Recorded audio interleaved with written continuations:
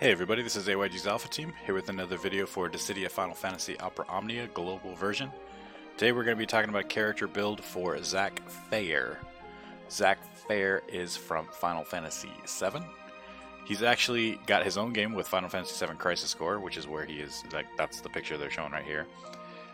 Zack is one of my favorite characters in all of Final Fantasy, in every franchise. My absolute favorite character is actually from Crisis Core as well. So I think he's awesome, even though he's my favorite character and he's like one of the best characters in Global right now, if not the best. I would have rolled for him no matter what. Like he's one of my favorite characters in the game. I'm glad he actually gets to be a good character as well. But we're here to talk about his build, so his loadout that you can get from his artifact passive. So we're going to assume that you have his crystal level 60 and his level 60, and then that you have all of his weapons unlocked. And we're going to be talking about how to build him out. So, there's really only two things you really want to be particular about when building him out. Is you want to have a decent max brave, and you want to have a decent initial brave. Now the reason you want to have an initial brave is because with his EX weapon, he gets a thing called Brave Barrier. You can see it right here. Brave Barrier gives you a barrier against any brave attack, and the value of that barrier is based on your initial brave. So that's why you want to spec in his initial brave. So let's say your initial brave is 2,000. The Brave Barrier gives you 150% of your initial brave. And that's for every individual attack that comes at you. So if your brave is 2,000, 150% of that is 3,000, you have a total of 5,000 barrier attack. So like if an enemy attacks you and they hit you for 5,000, you will take no damage. Now if an enemy attacks you and they hit you with 6,000, it will subtract your Brave Barrier, the 5,000, and then only give you the Brave damage to the excess of 5,000. So that would be only 1,000 if it was a 6,000 hit. So the higher your initial Brave, the higher that barrier is going to be.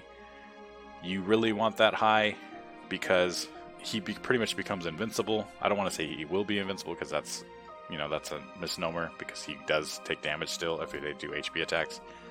But the higher that barrier is, the stronger you will be. And again, that's all based on your initial brave. Now, you actually want to spec a little bit into max brave as well, because his HP plus attack is based on his max brave. So doing your basic HP attack when it's plus will actually do a lot more damage the higher your max brave is. And of course, you always want max brave on every character, because the more brave you have, the more you can actually hit. And then the other thing is his Soldier Grit boost gives you a max brave by 15%, attack by 5%, if your HP is start at the last wave. And of course you want to, get as far as you can without taking any HP damage.